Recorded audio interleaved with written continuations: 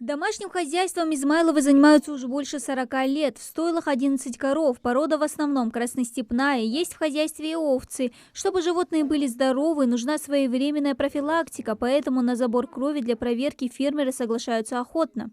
Ветврач аза хаейшара цашо цай цида ец мяхи тох в общем хожить тохнашк цунгуш хлия цацна лазер переходить тежмеди.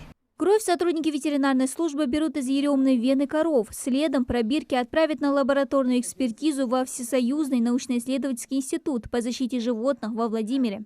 Сотрудниками Государственного ветеринарного надзора Кавказского межрегионального управления совместно с специалистами Государственной ветеринарной службы проводится совместная работа по отбору проб.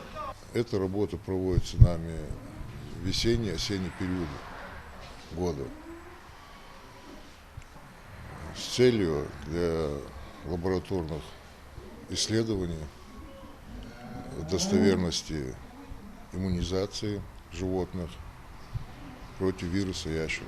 Исследование проводится, чтобы проверить эффективность иммунизации против вируса ящера у вакцинированных животных. В селении Средние Чулки 2 хозяйства, где обследуют домашний скот. Саму работу специалисты стараются проводить во всех КФХ региона 2 раза в год, весной и осенью. За прошедшие годы вирус ящера на территории республики не обнаружили. Получение где-то 75%, если есть результаты, то это уже свидетельствует по региону хороший статус, благополучный, что напряженность хорошая по региону дает такой результат.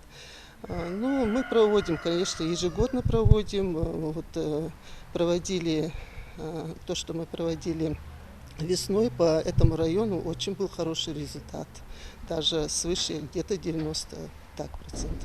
Вирус ящера – острая инфекционная болезнь, поражающая в основном крупный мелкорогатый скот, коров, овец, буйволов, лошадей. Проявляется она лихорадкой и язвенными поражениями слизистой оболочки ротовой области, кожи и конечностей. Чаще болеют телята вплоть до летального исхода в большом проценте. Смерть взрослого животного может наступать начиная с 5-х суток. Вирус также опасен и для человека. Передается он через мясомолочные продукты, не подвергнутые термической обработке или при уходе за зараженным животным. Сильная интоксикация организма, а также высыпание на коже между пальцами вокруг ногтей, высокая температура, зуд – таковы симптомы вируса для человека. Источник инфекции этой болезни – это больные животные, которые выделяют вирус с выдыхаемым воздухом через молоко, через слюну, через мочу, выделением, фекалием, все вот это во внешнюю среду загрязняет тем самым помещение, а не инвентарь хозяйственный. Вот через это все возможно заражение. Как элементарно при заражении происходит при поедании загрязненных кормов, при водопое, а также и воздушно-капельным путем при контакте с вдыхаемым воздухом.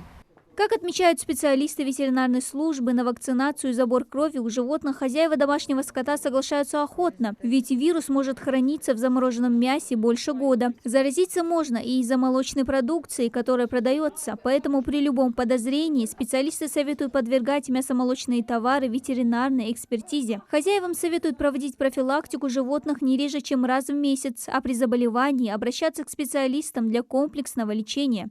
Дана Плиева, Султан Булгучев. Новости 24.